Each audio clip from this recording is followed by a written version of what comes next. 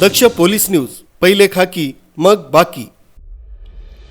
नाशिक शहरात महिला आणि मुलींच्या सुरक्षिततेचा प्रश्न पुन्हा एकदा ऐरणीवर आलाय. शहरातील द्वारका परिसरातील पखाल रोड येथील एका नामांकित खाजगी कोचिंग क्लासेसमध्ये अल्पवयीन विद्यार्थिनीवर अत्याचार झाल्याची धक्कादायक घटना समोर आली. या प्रकरणी मुंबई नाका पोलीस ठाण्यात क्लासची शिक्षिका आणि तिच्या बाच्या विरोधात बलात्कारासह पोक्सो अंतर्गत गुन्हा दाखल करण्यात आला. पीडित अल्पवयीन मुलगी द्वारका परिसरातील एका खाजगी क्लासेसमध्ये शिक्षणासाठी जात होती.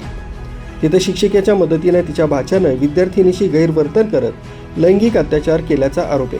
या प्रकारामुळे पीडित मुलगी मानसिक धक्क्यात होती. अखेर हा संपूर्ण प्रकार समोर आल्यानंतर परिसरात मोठी खळबळ उडाली. पीडितेच्या तक्रारीवरून पोलिसांनी त्वरित पावले उचलत संशयित आरोपींविरुद्ध गुन्हा दाखल केलाय. या शिक्षिकेचाही समावेश असल्यानं पालकांमध्ये संतापाची लाट उसळली.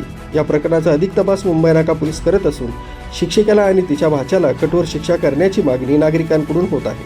नाशिकमध्ये गेल्या काही दिवसांपासून गुन्हेगारीच्या घटनांमध्ये वाढ झाली. आता थेट क्लासेसमध्येच अशा प्रकारचं कृत्य घडल्यानं आपल्या पाल्यांना क्लासला पाठवायचं की नाही असा प्रश्न पालकांसमोर उभा ठाकला. न्यूज ब्युरो, दक्ष पोलीस न्यूज, नाशिक.